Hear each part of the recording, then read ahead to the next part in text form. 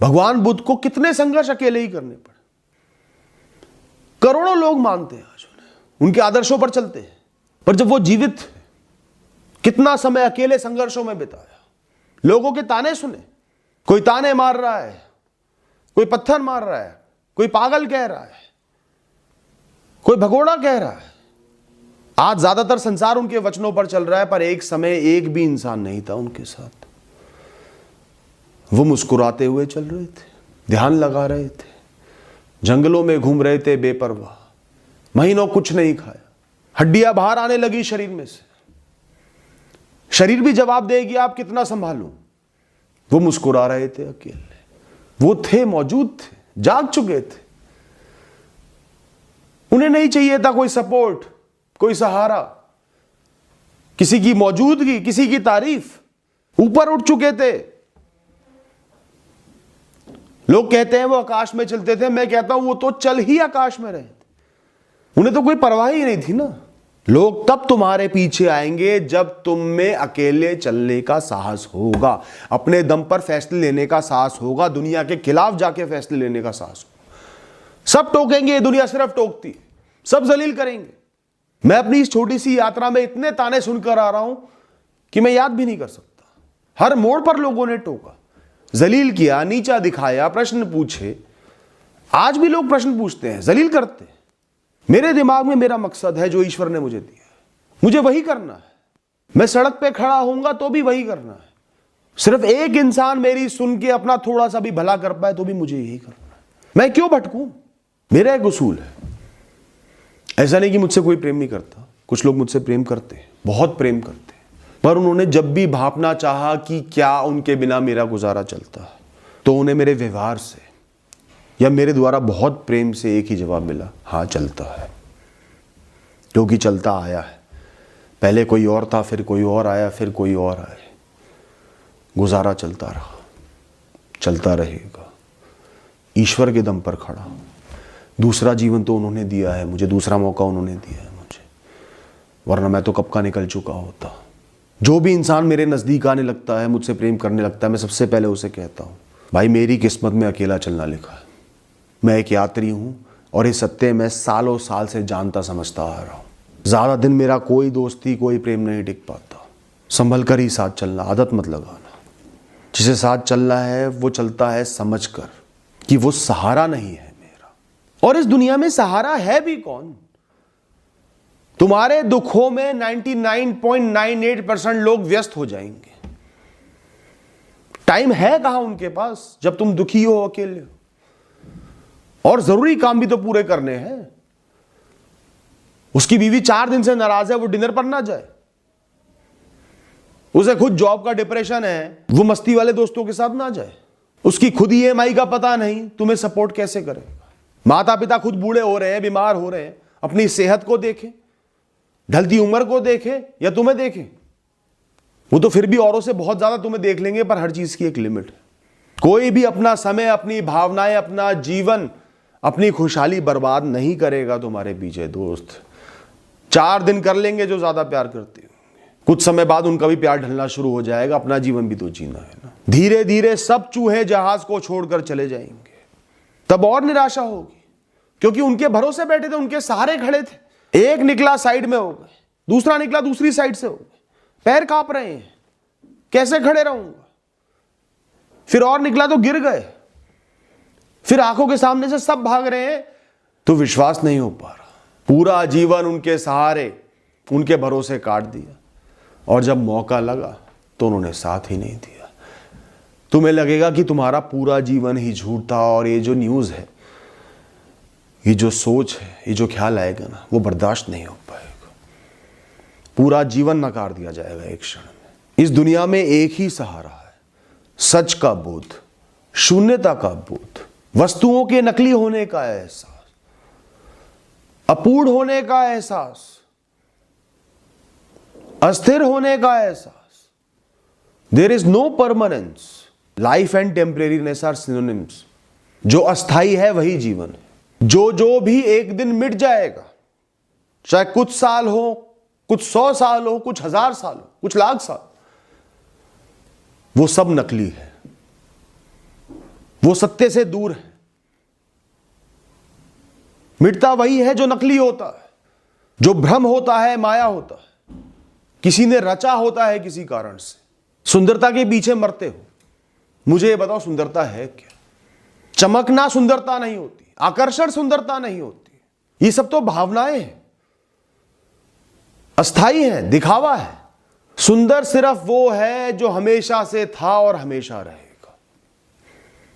जो टेम्परेरी है, अस्थाई है, कुछ समय का है, वो सुंदरता नहीं हो सकती, क्योंकि समय में हम बंधे हुए हैं। ये प्रकृति, ये ब्रह्मांड नहीं बंधा हुआ, ईश्वर नहीं बंधा हुआ।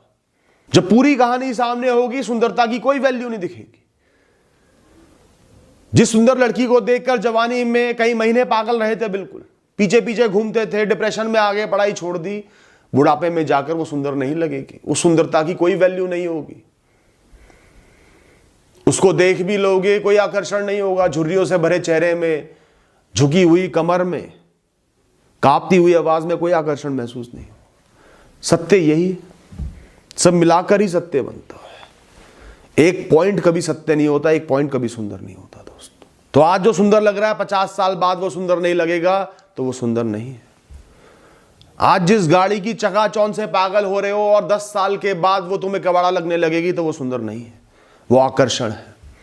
जिससे भी इंसान का मन भर जाए, वो सुंदर नहीं, वो माया है। वो मन को ललचाने के लिए ही आई है, ताकि मन भटक जाए जीवन से। As simple as that. मां की ममता से एक बच्चे का मन कभी नहीं भरता, उसे हम सुंदर कह सकते हैं। पर वो बच्चा भी जाएगा एक दिन, मां भी जाएगी एक दिन, पर फिर भी सुंदर कह रहा हूं मैं तो, क्योंकि रिलेटिवली तो ज्यादा समय के लिए होती है, बदलती कम है। तो अब मुझे बताओ, सुंदर है क्या? वास्तव में सुंदर क्या है इस दुनिया में? जिन पहाड़ों से मुझे बहुत प्रेम है, खासकर उत्तराखंड की भूमि से मुझे बहुत प्रेम है। पता नहीं कितने जन्मों का जुड़ाव है उस धरती से। उस धरती पर जाते ही मैं उसको प्रणाम करता हूं। तो जिन पहाड़ों से मैं प्रेम करता हूं, कि सुंदरता में मोहित रहता हूं, वो भी एक दिन नहीं होंगे और एक दिन नहीं थे। उभार ही तो है धरती पर, सिलवटें ही तो है धरती पर। बिस्तर पे, चादर पर कई बार सिलवटें नहीं पड़ जाती, उभार नहीं आ जाती, तो वो क्या सुंदर लगते? पहाड़ भी तो वही है, तो सुंदर कैसे हुए? सीधी सीधी बात, खुद से बोल दो, दिल से बोल दो, मेरा कोई भी नहीं यहां पर, मेरे पास कुछ भी नहीं यहां पर। और ये सत्य है, एक दिन ऐसा था और एक दिन ऐसा जरूर होगा। मेरा भविष्य शून्य में है, मेरा भूत शून्य में था। कुछ बूंदों से ही तो रचा गया है हर इंसान।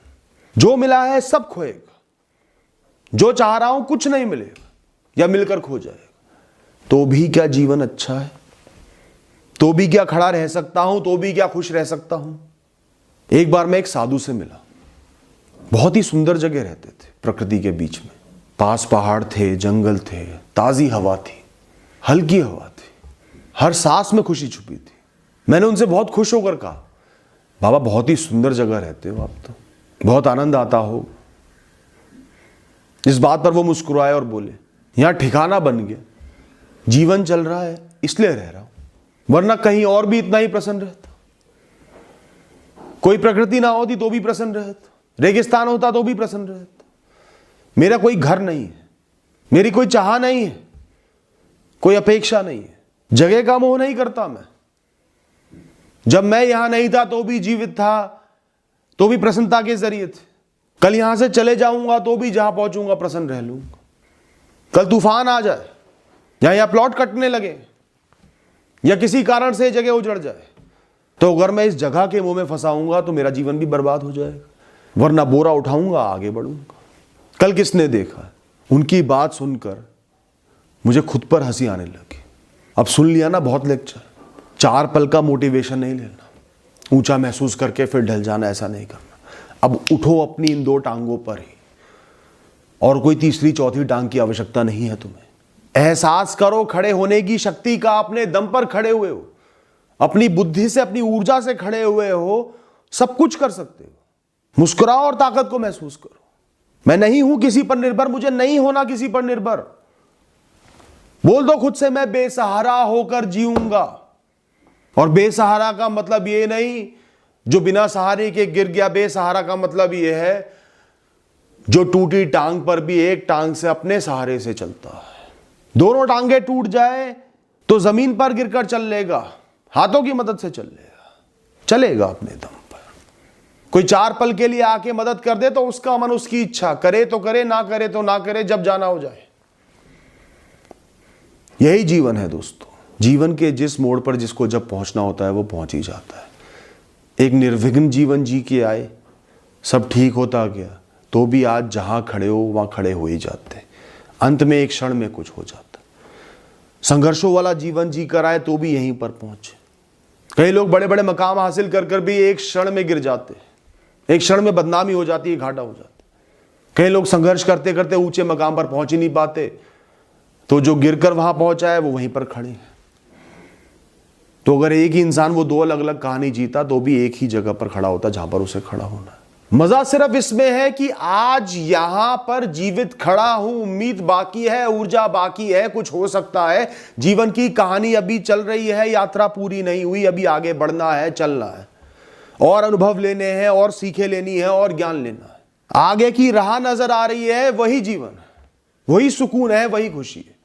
बड़े से बड़ा मकाम हासिल करके आए और आगे की राह बंद हो गई तो उससे बड़ा दुख कोई नहीं है।